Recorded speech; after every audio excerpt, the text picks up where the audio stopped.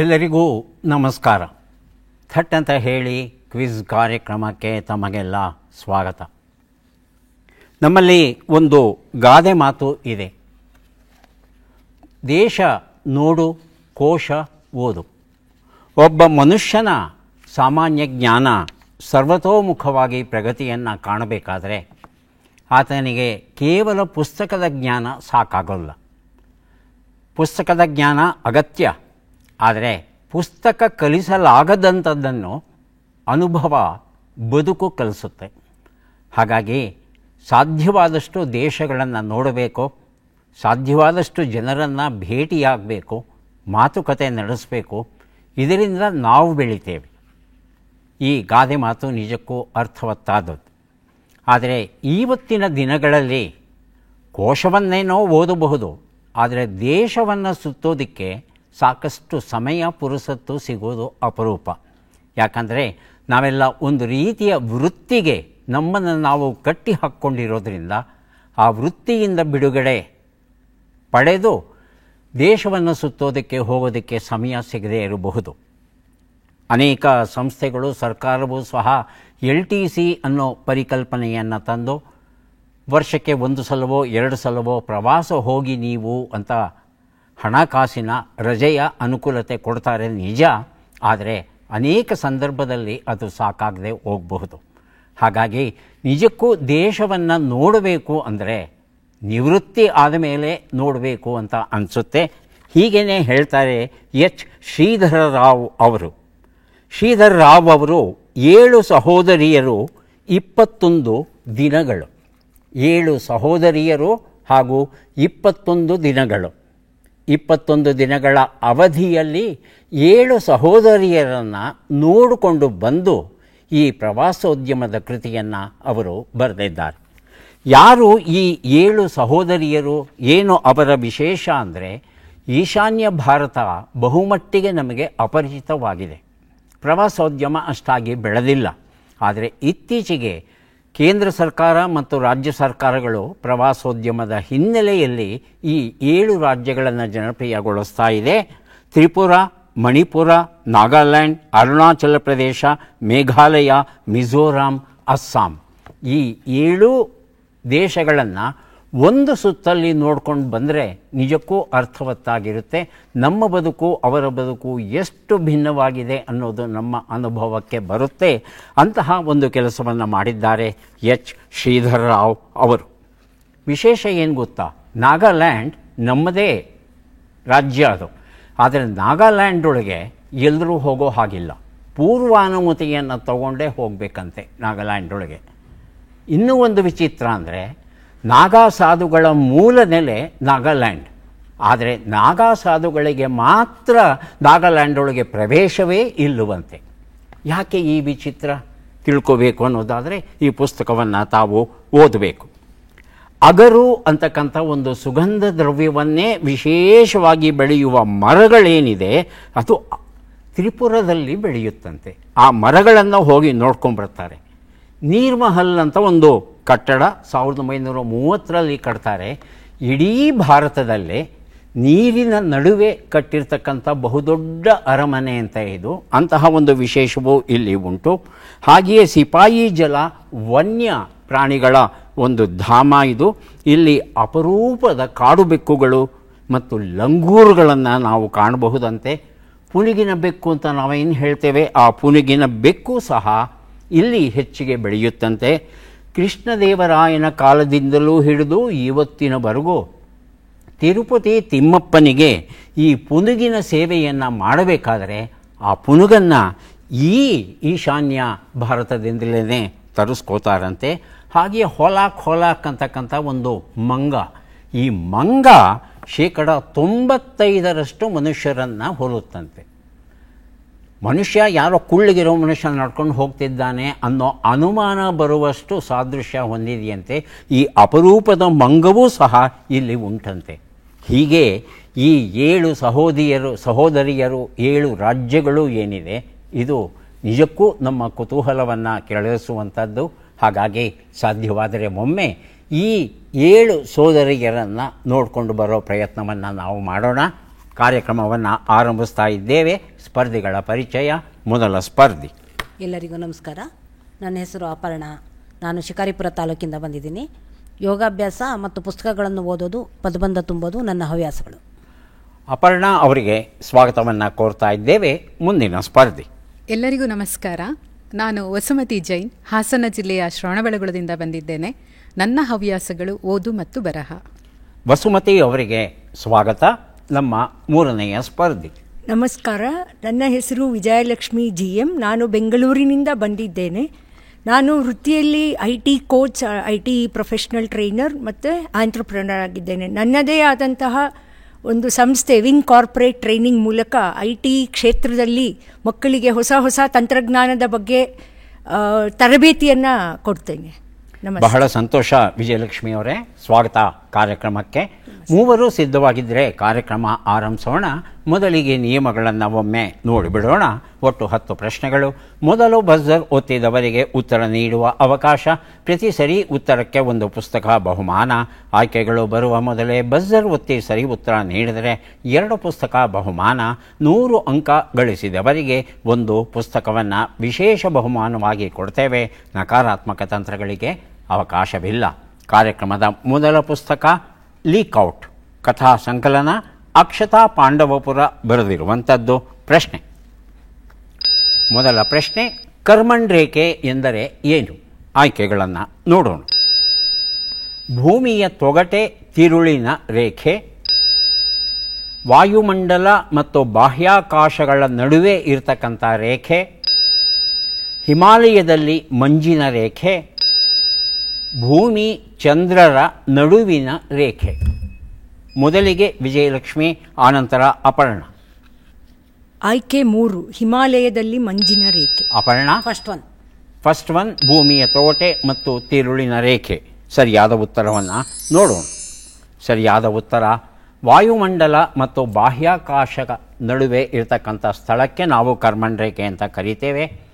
ನಮ್ಮ ಭೂಮಿಯಿಂದ ವಾಯುಮಂಡಲ ಎಲ್ಲಿಯವರೆಗೆ ವ್ಯಾಪಿಸುತ್ತೆ, ಎಲ್ಲಿ ಯಾವ ಒಂದು ಘಟ್ಟಾದ ಮೇಲೆ ಬಾಹ್ಯಾಕಾಶ ಆರಂಭವಾಗುತ್ತೆ, ಈ ಬಗ್ಗೆ ಒಂದು ಕಲ್ಪನೆ ಇರಬೇಕಾಗುತ್ತೆ ನಮಗೆ.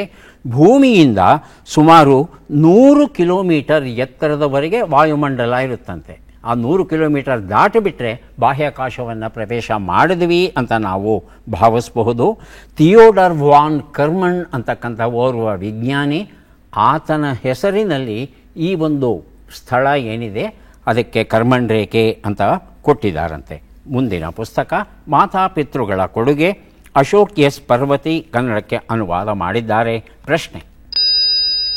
2024ನೇ ವರ್ಷದಲ್ಲಿ ಯಾವ ದೇಶವು ಚಂದ್ರನ ದಕ್ಷಿಣ ಧ್ರುವದಿಂದ ಸುಮಾರು 2 kg ಮಣ್ಣನ್ನು ತರುವ ಯೋಜನೆಯನ್ನು ಹಾಕಿಕೊಂಡಿದೆ? ಆಯ್ಕೆಗಳನ್ನು ನೋಡೋಣ. China, Bharat, America, Japan. ಮೊದಲಿಗೆ ವಸುಮತಿ, ಆನಂತರ Aparna.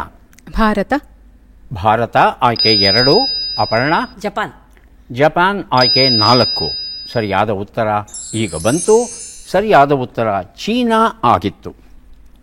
China national space administration ಅಂತಕ್ಕಂಥ ಆ ಒಂದು ಸಂಸ್ಥೆ, ಯುರೋಪಿಯನ್ ಸ್ಪೇಸ್ ಏಜೆನ್ಸಿ ಹಾಗೂ ಫ್ರೆಂಚ್ ಸ್ಪೇಸ್ ಏಜೆನ್ಸಿ, ಈ 3 ಸಂಸ್ಥೆಗಳು ಒಟ್ಟಿಗೆ ಸೇರಿ ಚಾಂಗೆ 6 ಅನ್ನೋ ನೌಕೆಯನ್ನು ಕಳಿಸಿ ಚಂದ್ರನ ದಕ್ಷಿಣ ಧ್ರುವದಿಂದ 2 kg ಮಣ್ಣನ್ನು ತಂದು ರಾಸಾಯನಿಕ ವಿಶ್ಲೇಷಣೆ ಮಾಡಿ ಚಂದ್ರನ ಸ್ವರೂಪವನ್ನು ಅರ್ಥ ಮಾಡಿಕೊಳ್ಳೋ ಒಂದು ಯೋಜನೆಯನ್ನು ಹಾಕ್ಕೊಂಡಿದೆಯಂತೆ. ಮುಂದಿನ ಪುಸ್ತಕ ಶ್ರೀ ಬಸವದರ್ಶನ ಕಾವ್ಯ ಯುಗಾವತಾರಿ, ಡಾಕ್ಟರ್ ಪ್ರದೀಪ್ ಕುಮಾರ್ ಹೆಬ್ರಿ ಬರೆದಿರುವಂಥದ್ದು. ಪ್ರಶ್ನೆಯನ್ನು ನೋಡೋಣ.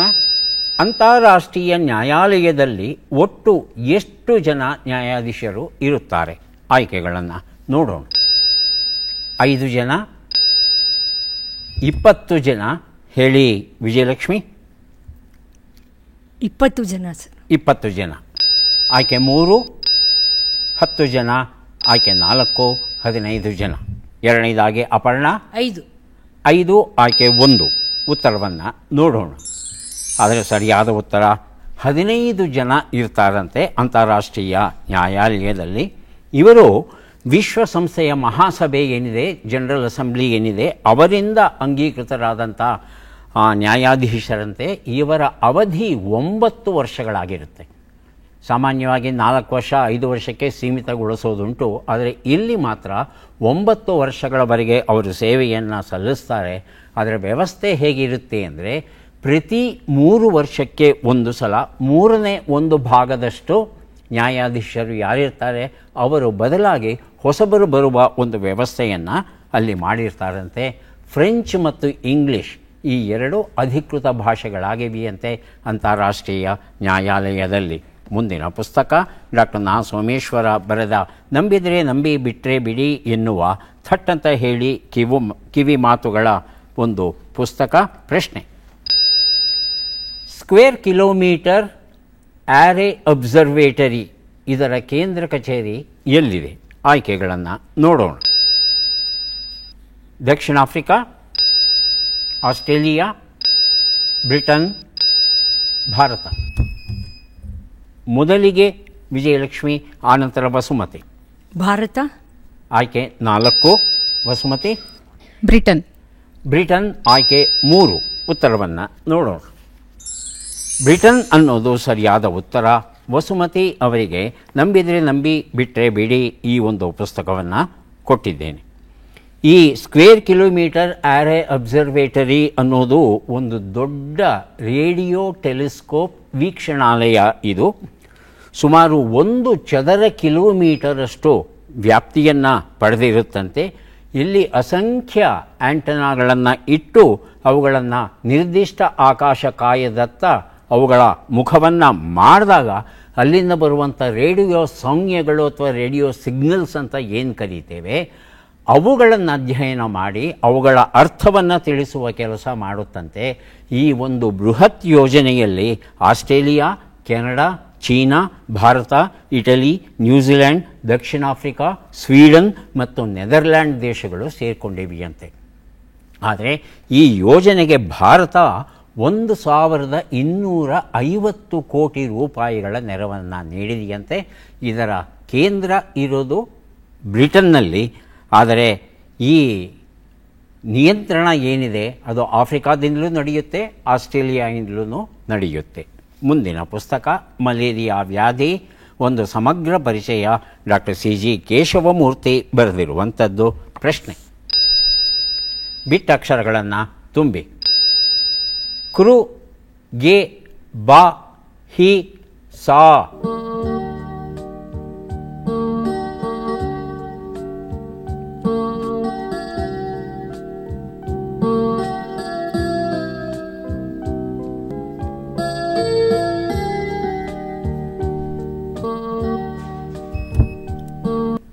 ಬಜರ್ ಒತ್ತಿದ್ದಾರೆ ವಿಜಯಲಕ್ಷ್ಮಿ ಅವರು. ಉತ್ತರವನ್ನು ಕೇಳೋಣ. ಕೃಷಿಗೆ ಗೊತ್ತಿಲ್ಲ. ಸರಿಯಾಗಿದೆ ಹೇಳಿ. ಕೃಷಿಗೆ ವಸುಮತಿ ಮತ್ತು ಅಪರ್ಣ. ವಿಜಯಲಕ್ಷ್ಮಿ ಒಳ್ಳೆ ಆರಂಭವನ್ನು ಕೊಟ್ಟಿದ್ದಾರೆ. ಇನ್ನು 7 ಅಕ್ಷರ ಬೇಕು. ಕೃಷಿಗೆ ಬರದ. ಕೃಷಿಗೆ ಬರದ.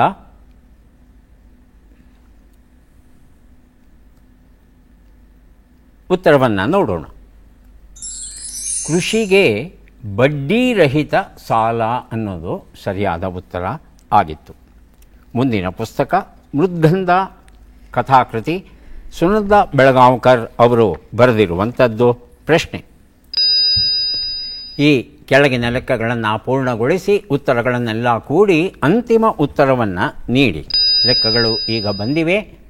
66 ಕೂಡು 33, 77 ಕಳೆ 44, 25 ಗುಣಿಸು 9, 150 ಭಾಗಿಸು 15.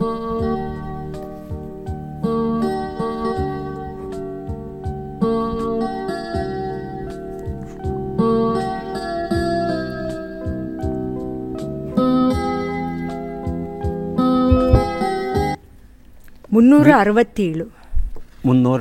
367. 367 ಅಂತ ಹೇಳ್ತಾ ಇದ್ದಾರೆ. ವಸುಮತಿ ಹಾಗೂ ಅಪರ್ಣ ಲೆಕ್ಕ ಪೂರ್ಣವಾಗಿದ್ದರೆ ಬಜರ್ ಒತ್ತಬಹುದು, ಉತ್ತರವನ್ನು ಸೇಮ್ ಕೊಡಬಹುದು. 367. 367. ಸರಿಯಾಗಿದೆಯಾ? ಉತ್ತರವನ್ನು ನೋಡ್ತಾ ಹೋಗೋಣ.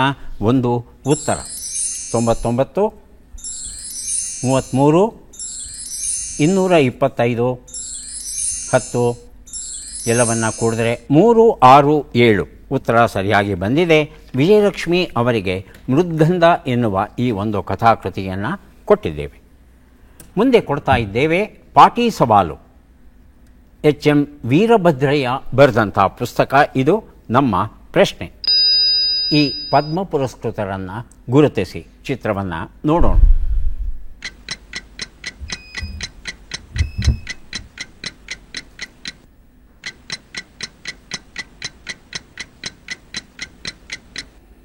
ಆಯ್ಕೆಗಳು ಬರೋದಕ್ಕೆ ಮೊದಲೇನೆ ಅಪರ್ಣಾ, ಪದ್ಮಜಾರಾವ್. ವಸುಮತಿ, ವಿಜಯಲಕ್ಷ್ಮಿ ಮೂವರು ಬರೆದಿರುತ್ತಿದ್ದಾರೆ. ಮೊದಲಿಗೆ ಅಪರ್ಣಾ. ಪದ್ಮಜಾರಾವ್. ಪದ್ಮಜಾ ರಾವ್. ರಾವ್. ವಸುಮತಿ. ಪದ್ಮಜಾರಾವ್. ಪದ್ಮಜಾ ರಾವ್. ವಿಜಯಲಕ್ಷ್ಮಿ. ಪದ್ಮಾ ಸುಬ್ರಹ್ಮಣ್ಯಂ, ಭರತನಾಟ್ಯ ಕಲಾವಿದೆ. ಪದ್ಮಾ ಸುಬ್ರಹ್ಮಣ್ಯಂ. ಆಯ್ಕೆಗಳನ್ನು ನೋಡೋಣ. ವೈಜಯಂತಿ ಮಾಲಾ, ಪದ್ಮಾ ಸುಬ್ರಹ್ಮಣ್ಯಂ, ಪದ್ಮಿನಿ, ಸುಧಾ ಚಂದ್ರನ್. ಪದ್ಮಾ ಸುಬ್ರಹ್ಮಣ್ಯಂ ಅನ್ನೋ ಉತ್ತರವನ್ನು ವಿಜಯಲಕ್ಷ್ಮಿ ಕೊಟ್ಟಿದ್ದಾರೆ. ಸರಿಯಾಗಿದೆಯಾ ನೋಡೋಣ. ಪದ್ಮಾ ಸುಬ್ರಹ್ಮಣ್ಯಂ ಉತ್ತರ ಸರಿಯಾಗಿದೆ. ಪಾಟಿ ಸವಾಲು ಈ ಒಂದು ಪುಸ್ತಕವನ್ನು ವಿಜಯಲಕ್ಷ್ಮಿ ಅವರಿಗೆ ಕೊಟ್ಟಿದ್ದೇವೆ. ಆಯ್ಕೆಗಳು ಬರೋಕ್ಕೆ ಮೊದಲೇ ಕೊಟ್ಟಿದ್ದೀರಿ ಅಲ್ವಾ? ತಾವು ಆಯ್ಕೆಗಳು ಬಂದಿರಲಿಲ್ಲ, ಮೊದಲೇ ಕೊಟ್ಟಿದ್ದೀರಿ. ಇಲ್ಲ, ಆಯ್ಕೆ ಬಂದಮೇಲೆ ಮೊದಲೇ ಕೊಟ್ಟಿದ್ದೆ. ಮೊದಲೇ ಕೊಟ್ಟಿದ್ರಿ. ಹೌದು. ಹಾಗಾಗಿ ಇನ್ನೂ ಒಂದು ಹೆಚ್ಚುವರಿ ಪುಸ್ತಕ ತಮಗೆ ಕೊಡ್ತಾ ಧನ್ಯವಾದ. ಇದ್ದೇವೆ. ಚಿಂತನೆಯ ಗೊಂಚಲು, ಶ್ರೀಮತಿ ಜಿ.ವಿ. ಜಯಾ ರಾಜಶೇಖರ್ ಬರೆದಂತಹ ಪುಸ್ತಕ ಕೊಟ್ಟಿದ್ದೇವೆ. ಪದ್ಮವಿಭೂಷಣ ಗೌರವವನ್ನು ನೀಡಿದ್ದೇವೆ ಪದ್ಮಾ ಸುಬ್ರಹ್ಮಣ್ಯಂ ಅವರಿಗೆ. ಅವರಿಗೀಗ ಸುಮಾರು 80 ವರ್ಷಗಳು. ಮೂಲತಃ ಭರತನಾಟ್ಯ ಕಲಾವಿದೆ ಆಕೆ. ನೃತ್ಯ ಸಂಯೋಜಕಿಯಾಗಿ, ಅಧ್ಯಾಪಕಿಯಾಗಿ, ಲೇಖಕಿಯಾಗಿಯೂ ಸಹ ಅವರು ತಮ್ಮ ಛಾಪನ್ನು ಮೂಡಿಸಿದ್ದಾರೆ. 1981ರಲ್ಲಿ ಅವರಿಗೆ ಪದ್ಮಶ್ರೀ ಗೌರವ ದೊರೆತಿತ್ತು. ಈಗ 2024ರಲ್ಲಿ ಪದ್ಮವಿಭೂಷಣ ಗೌರವ ದೊರೆತಿದೆ. ಮುಂದಿನ ಪುಸ್ತಕ ಸುಭಾಷ್ ಸ್ಮರಣೆ, ಸಂಕಲನ UN ಸಂಗನಾಳಮಠ್. ಪ್ರಶ್ನೆಯನ್ನು ನೋಡೋಣ. ಈ ಅಕ್ಷರಗಳನ್ನು ಸರಿಯಾಗಿ ಜೋಡಿಸಿ. ಅಕ್ಷರಗಳು ಹು, ಸ, ರು, ಗೆ, ಪು, ವ, ನಿ, ಉ.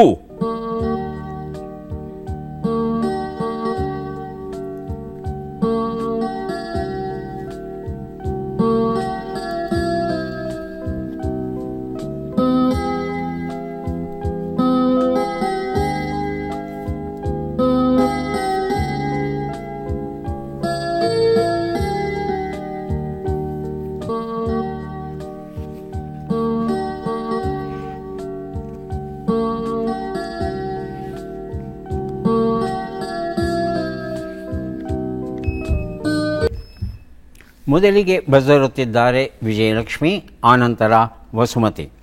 ವಿಜಯಲಕ್ಷ್ಮಿ. ಉಪ್ಪು ಹುಣಸೆ ರಸ. ಉಪ್ಪು ಹುಣಸೆ ರಸ. ವಸುಮತಿ.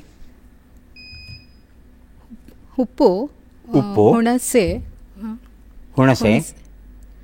ಸೇ ಎಲ್ಲೂ ಕಾಣಲಿಲ್ಲ ನನಗೆ. ಗೇ ಇದೆ.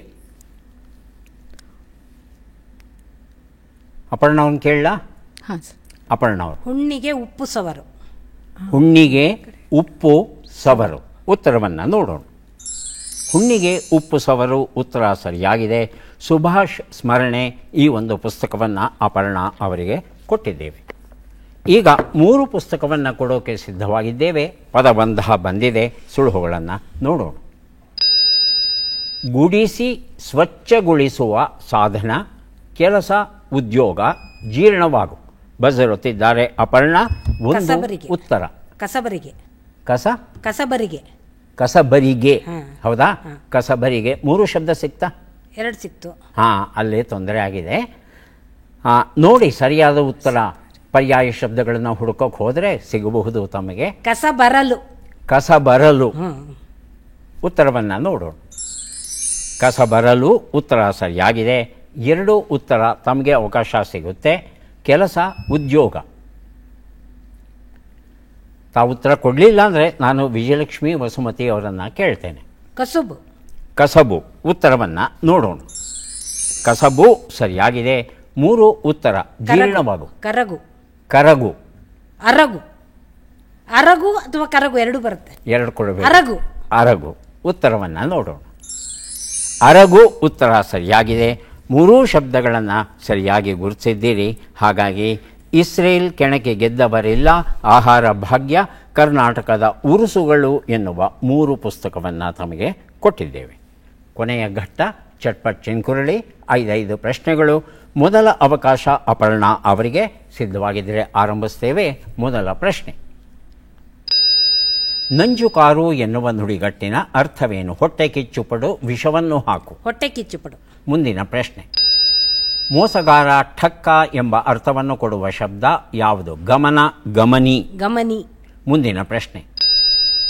ಯಾರು ಜನಮೇಜಯನಿಂದ ಸರ್ಪಯಾಗವನ್ನು ಮಾಡಿಸಿದರು?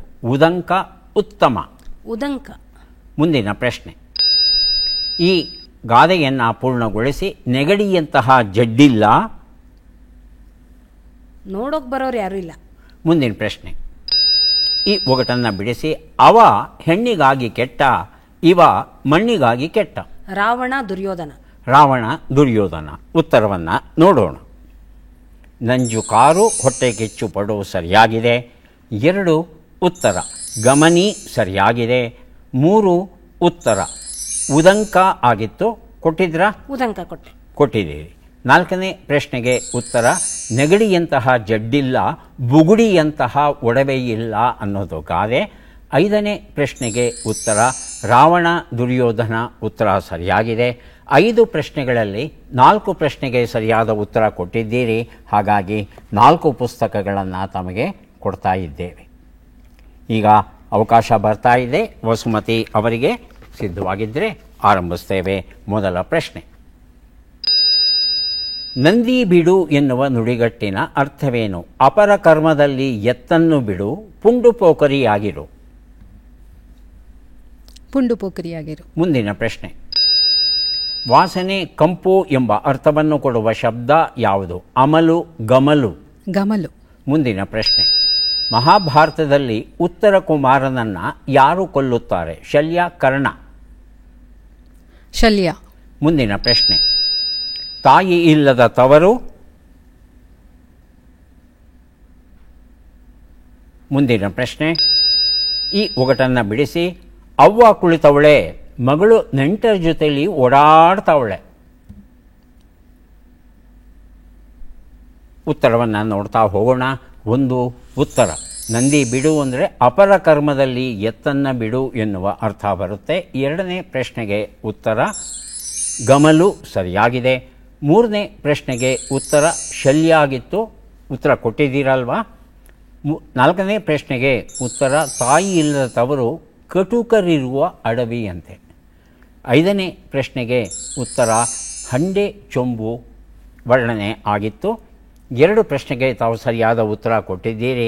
ಹಾಗಾಗಿ 2 ಪುಸ್ತಕಗಳನ್ನು ತಮಗೆ ಕೊಡ್ತಾ ಇದ್ದೇವೆ. ಈಗ ಅವಕಾಶ ವಿಜಯಲಕ್ಷ್ಮಿ ಅವರಿಗೆ ಬರ್ತಾ ಇದೆ. ಸಿದ್ಧವಾಗಿದ್ದರೆ ಆರಂಭಿಸ್ತೇವೆ. ಮೊದಲ ಪ್ರಶ್ನೆ. ನಕ್ಷತ್ರಿಕ ಎನ್ನುವ ನುಡಿಗಟ್ಟಿನ ಅರ್ಥವೇನು? ಕಾಟವನ್ನು ಕೊಡುವವನು, ಕಾಟವನ್ನು ಅನುಭವಿಸುವವನು. ಕಾಟವನ್ನು ಕೊಡುವವನು. ಮುಂದಿನ ಪ್ರಶ್ನೆ. ಅಹಂಕಾರ, ಗರ್ವ ಎಂಬ ಅರ್ಥವನ್ನು ಕೊಡುವ ಶಬ್ದ ಯಾವುದು? ಗಮ್ಮು, ಸೊಮ್ಮು. ಗಮ್ಮು. ಮುಂದಿನ ಪ್ರಶ್ನೆ.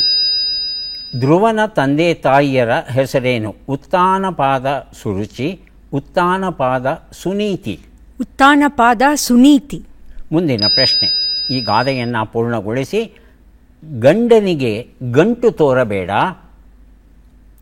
ಗೊತ್ತಿಲ್ಲ. ಮುಂದಿನ ಪ್ರಶ್ನೆ. ಈ ಒಗಟನ್ನು ಬಿಡಿಸಿ.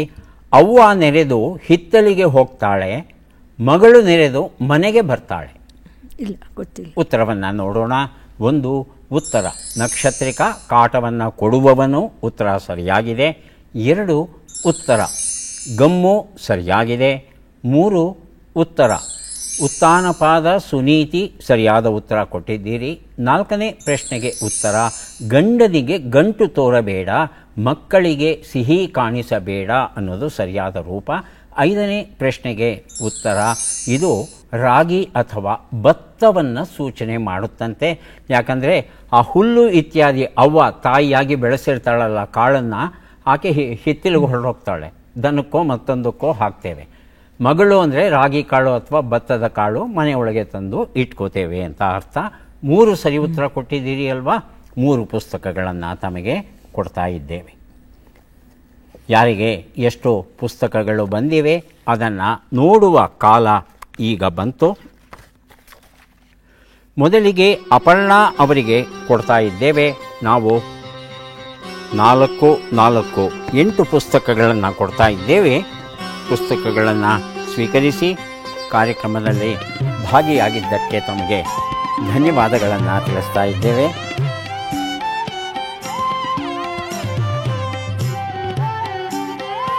ಮೂರು ಪುಸ್ತಕ ದೊರೀತಾ ಇದೆ, ದಯವಿಟ್ಟು ಸ್ವೀಕರಿಸಿ. ಅಭಿನಂದನೆಗಳು.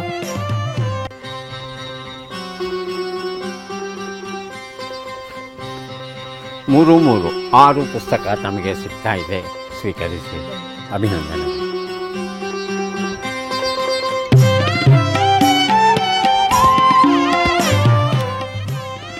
ಮತ್ತೆ ಭೇಟಿಯಾಗೋಣ. ನಮಸ್ಕಾರ.